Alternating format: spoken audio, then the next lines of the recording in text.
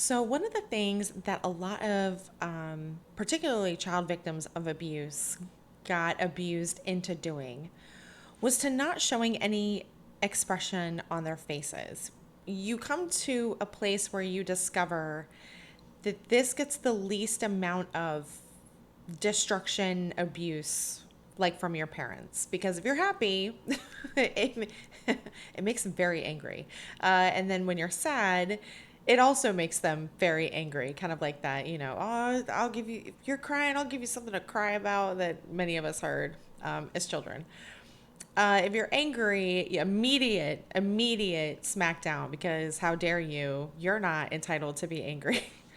So you basically get abused into never showing any emotion or expression on your face. And then, of course, you become an adult and people are like, why are you so angry all of the time? And you have like RBF, the resting whatever face. And it's just like, oh, this is the thing that helped me survive childhood. I'm tired.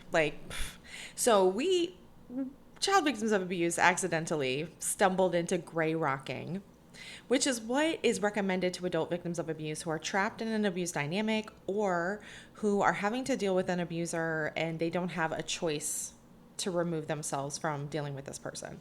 And the gray rocking idea is that essentially you make yourself as uninteresting as a gray rock. You essentially you essentially make yourself not a person.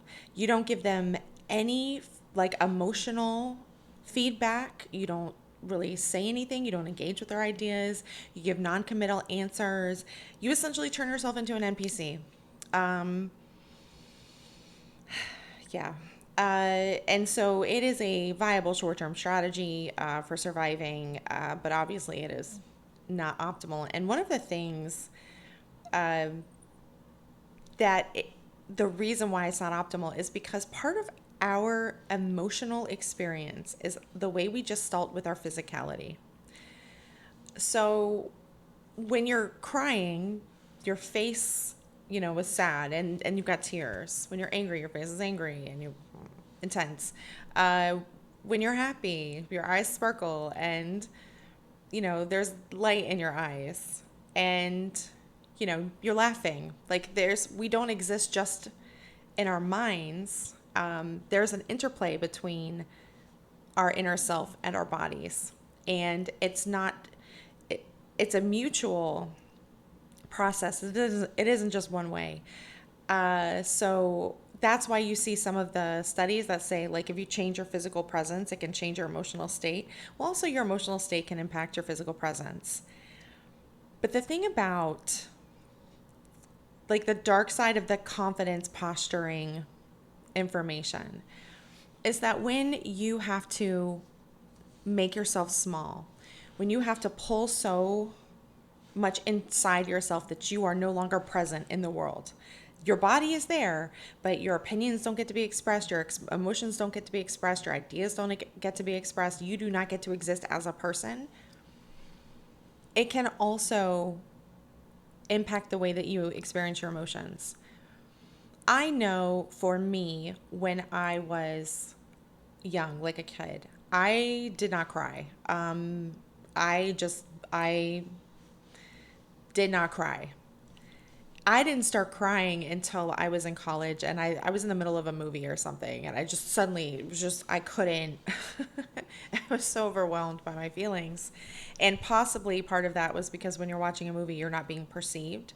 So you can relax. And then also, I was like empathizing with the characters, maybe. But I went from never crying to being able to cry at the drop of a hat, which was an adjustment.